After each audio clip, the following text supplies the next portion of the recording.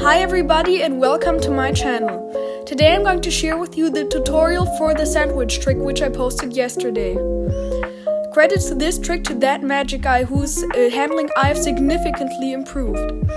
This trick is entirely impromptu and self-working, so anyone can learn this. Another great thing about this trick is that it's ungimmicked, so you can do this with any borrowed shuffled deck. This trick is performed from beginner to advanced level card magicians, and it's really one of my favorite card tricks. So let's get started and jump right into the tutorial for this great card trick. Start by placing the cards into Mechanics Grip. To do this, have ring middle pinky on the right edge of the cards, the index curled around the front edge, and the thumb extended on the left edge with a bit of the crotch contacting the top card. Now, to transfer to end grip, extend your index finger, contact the front edge with ring middle pinky, curl the index finger on top, and contact the back edge with your thumb. Now create a bevel with your index finger and slowly release playing cards onto the table as shown. Release the cards as you get close to the end of the spread. Now ask the spectator to choose any card, remember it, and place it onto the table. Square up the deck as shown at the bottom edge, and then square it up by picking up the cards in end grip and squaring up the sides with a thumb and middle finger.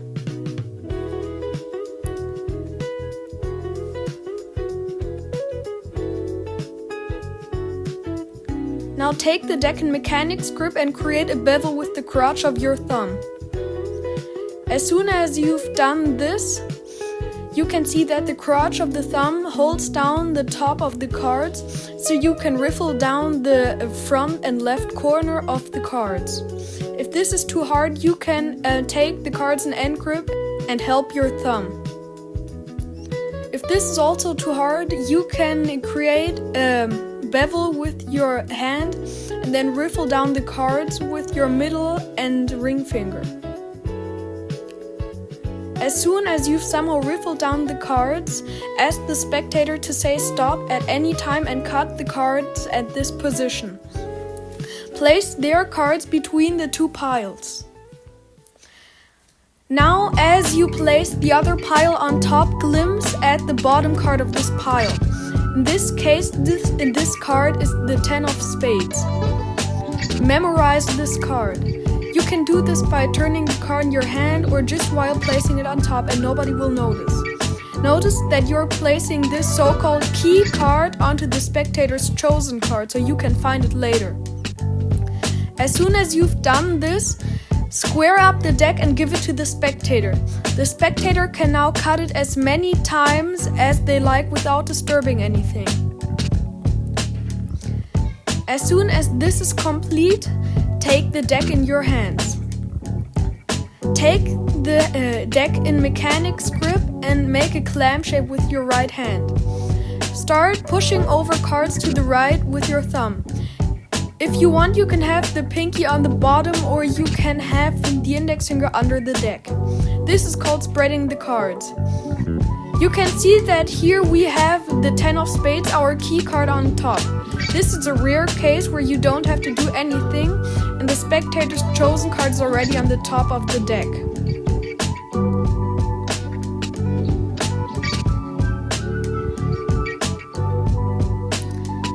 Let's say, for example, that this is not the case. You'll start spreading through the deck as we have learned, and if you see one, remove one joker. Now continue looking for the key card before you remove the next joker. Cut this card to the top as shown. As soon as you have done this, you can remove the second joker and place it onto the table.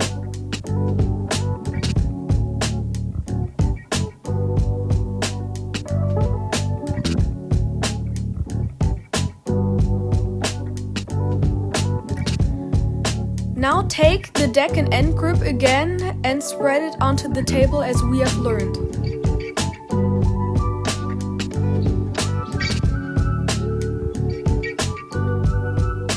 Notice how you let go of the cards when you get near the end of the spread. Now comes the important part. Take one of the jokers and place it third from the bottom. So count 1, 2, 3 and then place it third from the bottom. And now do the same with the other joker, but put it fourth from the top. So count 1, 2, 3, 4 and place the joker here. Tell the spectator that these are only random positions. Now square up the deck and spread through the deck and tell the spectator that his card is probably in between the two jokers. Notice that the card is actually on top right now, but the spectator does not know this. Now take the deck and give the cards a cut in about the middle. Now you can spread the cards again and reveal that there are only a few cards remaining between the two jokers. Take these cards with the jokers and place the rest of the cards to the side.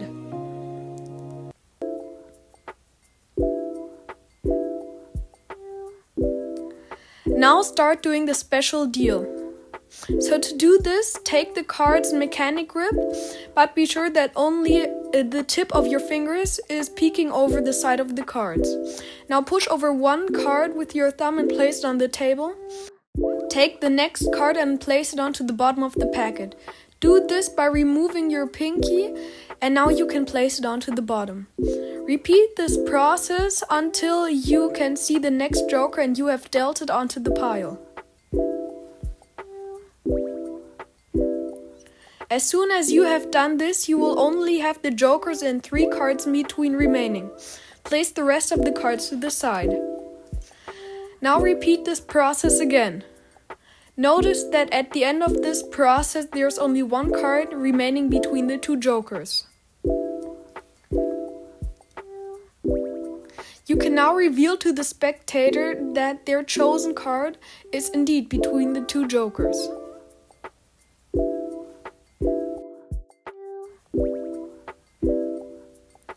Let's imagine, for example, that the 9 of clubs is our key card and the joker is the spectator's chosen card.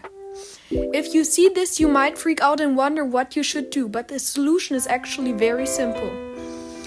Cut the joker to the top as we have learned and continue.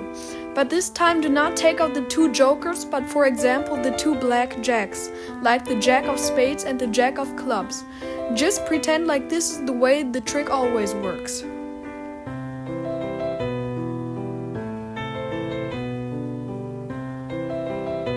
Another but more advanced thing to do is say, for example, the 6 of spades is our key card and the jack of spades is the chosen card. If you know how, you can pull this card to the top. This way you don't have to cut the cards. Culling is when I steal 1 card underneath the spread.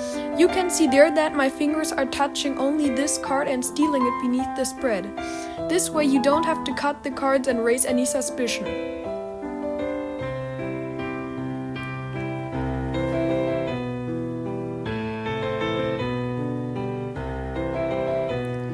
Another thing that you could do is you don't have to spread the cards onto the table. You can do an in the hands version by spreading 4 cards in your hands and then placing the joker there. You can do the same by spreading until the bottom 3 cards and placing the joker there. Now you can continue, but this is then an in the hands version.